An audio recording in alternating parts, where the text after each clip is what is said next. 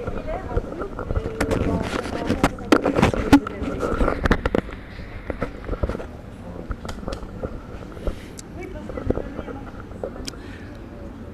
je n'étais pas à Douala quand Didier et Marilyn ont commencé l'aventure avec Soumeye de la Nouvelle Liberté. Mais je rencontrais souvent Soumeye que je ne connaissais pas encore au Centre culturel français. Je ne savais même pas qu'il s'appelait Joseph Francis Soumeye. Je rencontrais dans les vernissages, certaines occasions, on va dire, mondano-culturelles, un individu avec une espèce d'étrange coiffure sur la tête, comme des assemblages de caoutchouc, de perles, des pièces mécaniques de voitures, des bonnets qui allaient et qui venaient. Et c'était toujours pour moi comme strange, ok, on va laisser le temps, puis on verra bien si je vais m'approcher un jour de cet homme-là.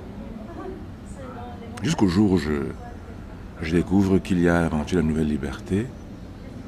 Didier et Marilyn me racontent comment ils en sont arrivés dans leur collaboration à imaginer cette œuvre avec Soumeye et le contexte dans lequel ils l'ont plantée là-bas où elle est en ce moment, au rond-point de Daïdo. La Nouvelle Liberté est effectivement, déjà dans le contexte le mot lui-même évoque ce qu'on peut appeler aujourd'hui le printemps du Cameroun, en quelque sorte, une tentative au lendemain de l'ouverture so-called démocratique, de prendre le pouvoir un peu par la rue avec les villes mortes, enfin, essentiellement à Douala. Donc, il y a un écho de tout ça là dans la Nouvelle Liberté. Comme un jour nouveau, une ère nouvelle qui s'ouvrirait.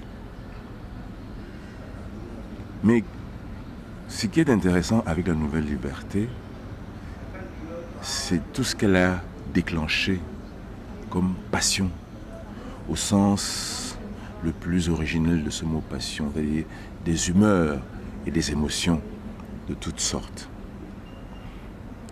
Il faut comprendre que, et en l'occurrence en fait d'émotions et d'humeurs, avant que j'en arrive à comprendre, elle a été mal acceptée, critiquée. Eux, ils ont même parfois dû raser les murs, quoi.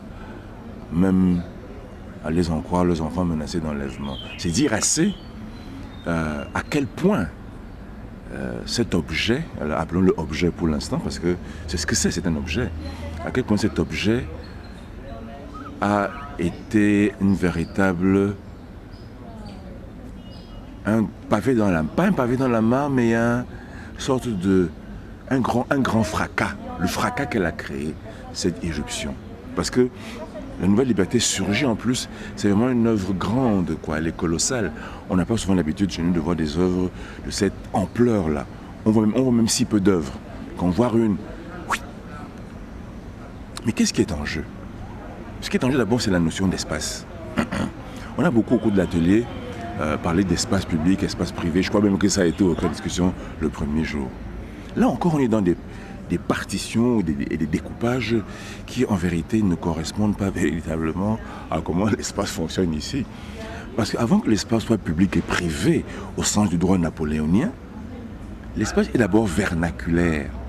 L'espace appartient à une communauté ethnique de gens qui parlent une langue donnée, qui ont une anthropologie commune, qui ont une vision du monde commune et qui précède l'apparition de la colonisation et de tout ce que nous sommes aujourd'hui. Là-bas, à Daïdo, on est en plein territoire, non, en plein terroir Sawa. On va me dire que Daïdo est en ville, c'est vrai. Mais c'est là justement l'intérêt des recherches urbaines, c'est que le télescopage entre le vernaculaire, qui serait fondé sur des terroirs, etc., et qui crée une identité, télescopage avec des réalités plus cosmopolites, ce qu'est la ville, cosmopolitisme, plus d'altérité, plus d'autres, plus de différences, etc. Ce télescopage-là, on n'a même pas fini de le comprendre et de pouvoir le cartographier, de le repérer, de voir en tant que dynamique par où ça passe et tracer ça. Je veux dire qu'on n'a pas fini.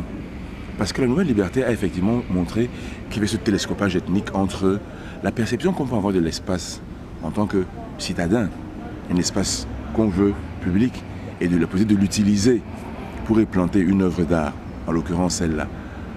Et l'usage et la perception qu'en ont les gens qui sont nés là, qui s'en croient les détenteurs, qui jusque-là s'en croient les détenteurs uniques, qu'ils avaient tous les droits, on va dire, sur cet espace-là de Daido, ce rond-point. C'est à nous, les Daido, les gens de là. Et tout d'un coup, voilà que un artiste, un Mamileke, parce que ce qui fait scandale, ce n'est même pas tant l'œuvre elle-même. Et ça que c'est intéressant. Ce qui fait scandale, c'est la provenance de l'artiste. Parce que il y a d'abord que la première protestation des gens, c'est que pourquoi un Mamileke vient dresser une œuvre d'art en territoire Sawa?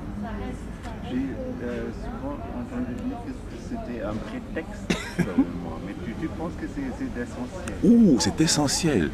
Ceux qui disent que c'est un prétexte font semblant de vouloir éviter la question ethnique, parce qu'on s'amuse à éviter ça ici. C'est essentiel, je veux dire, c'est essentiellement cela. Après, ou à côté, pas après, que l'œuvre en tant que compilation de résidus, etc., soit considérée comme laide par certains, c'est une chose. Ça et là, on l'a longtemps appelé le Njunju. Un Njunju, chez nous, désigne une entité malfaisante.